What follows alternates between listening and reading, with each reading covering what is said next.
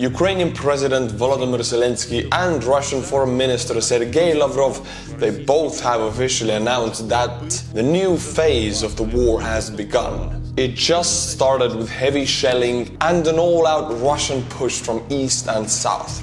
Let's immediately jump onto the battlefield. Ukrainian intelligence tells us that Russians have gathered up at least 22 battalion tactical groups, that is brigades for our language, to push from Izium. From Izium they are pushing south, west and east, all three directions. That tells us that almost a third of an entire Russian force in Ukraine is right now spearheading from Izium. Since Ukrainian defensive strategy is to make exhaustive battles for Russian side, minimizing their own losses, give up territory, maximizing Russian losses, exhaustive battles. This is Severodonetsk and Rubizhne. Heavy battles have been going here throughout the last 24 hours with the renewed initiative of Russia. As much as we know already, Ukrainians have stopped the Russian advance almost everywhere. Also, heavy incursions from the Russians to the city of Popasna. Ukrainians have caused heavy casualties there. I wouldn't even have to name the villages. Actually, I could just say all over the fronts, the Russians are pushing. Where they do advance a little bit, they're pushing harder. I actually want to talk about Mariupol for a second.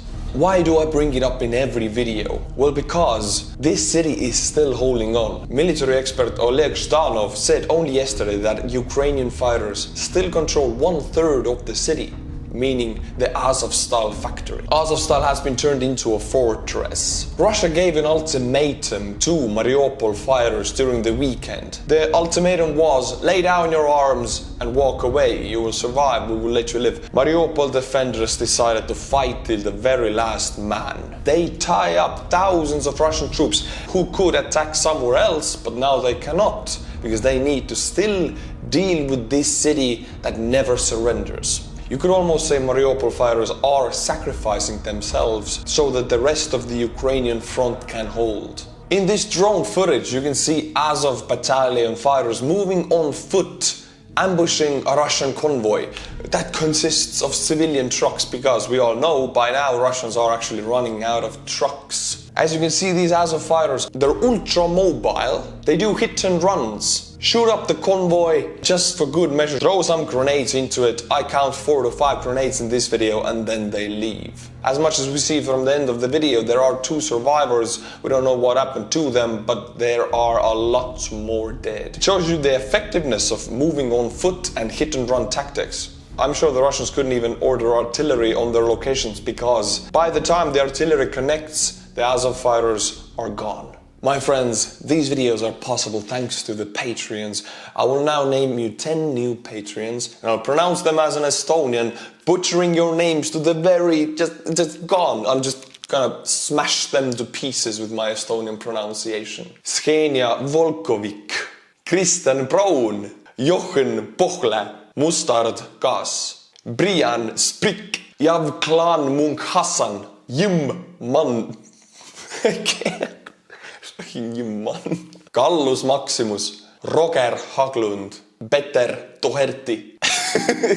I'm sorry if I offended you, this is how it goes. Thank you to these new patrons for supporting the channel. If you like these videos, the Patreon link is in the description below. Become tier 10 and above and I'll be butchering your name, that's a promise. With the renewed attack on Donbass and the battle for eastern Ukraine, Russian Air Force is once again very active. Ukrainian intelligence have let us know that Russians have made at least 2 times the flights in the past 24 hours than the same time before. And Ukrainians are already shooting the planes down. They just shot down an Su-30 near Balaklia, southeast from Kharkiv. Ukrainians right now are making a big counterattack push. They're pushing from Kharkiv to east to reach Kupiansk.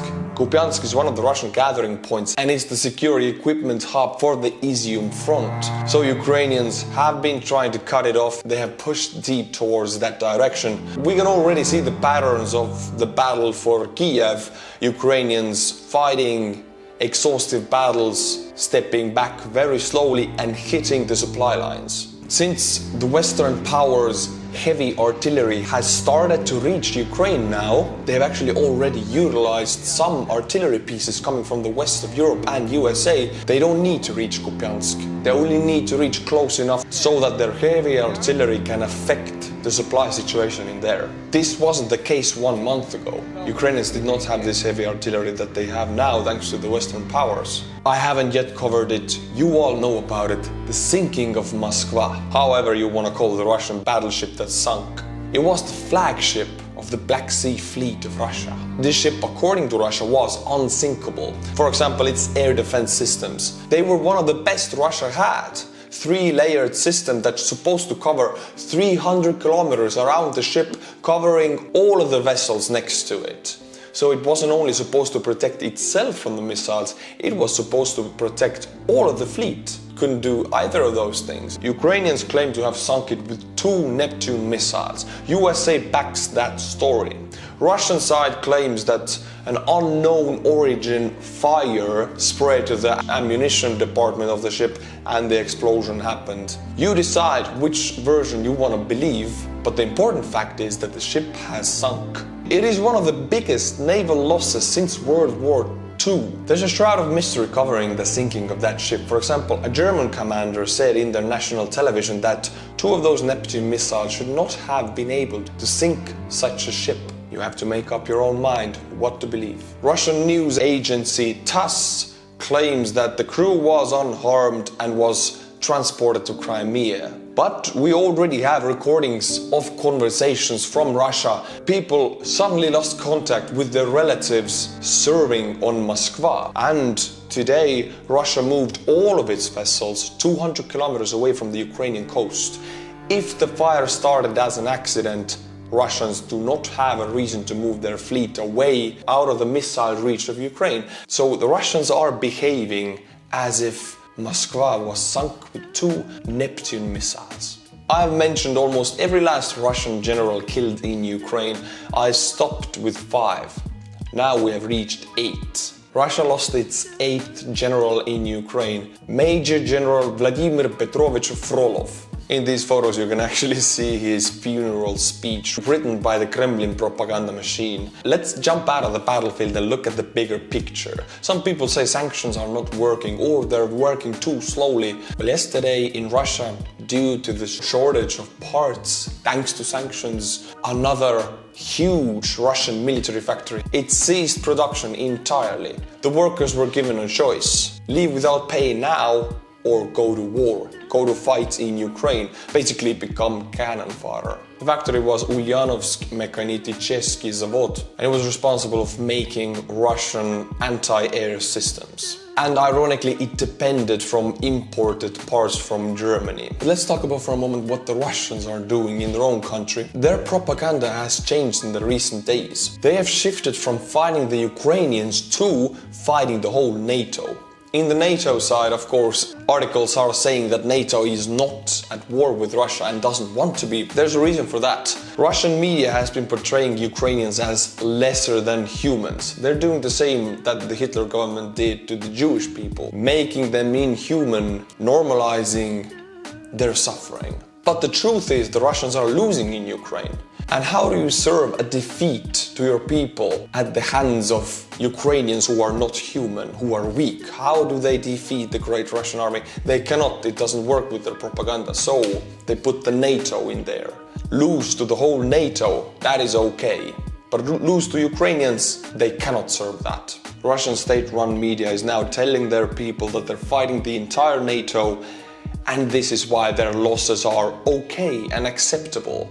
Because it's the entire NATO. The truth is, it's the Ukrainians. Finland is closer than ever to joining NATO, and so is Sweden. Russia threatened Finland with a video actually of an Iskander missile system driving towards Finland. There's a street sign saying Finland. They went to the direction.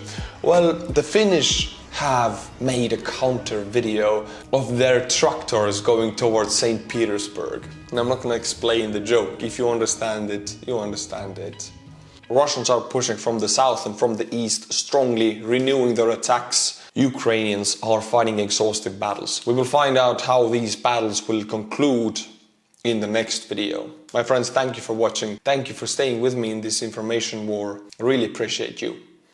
As always, until my next video, Slava Ukraini.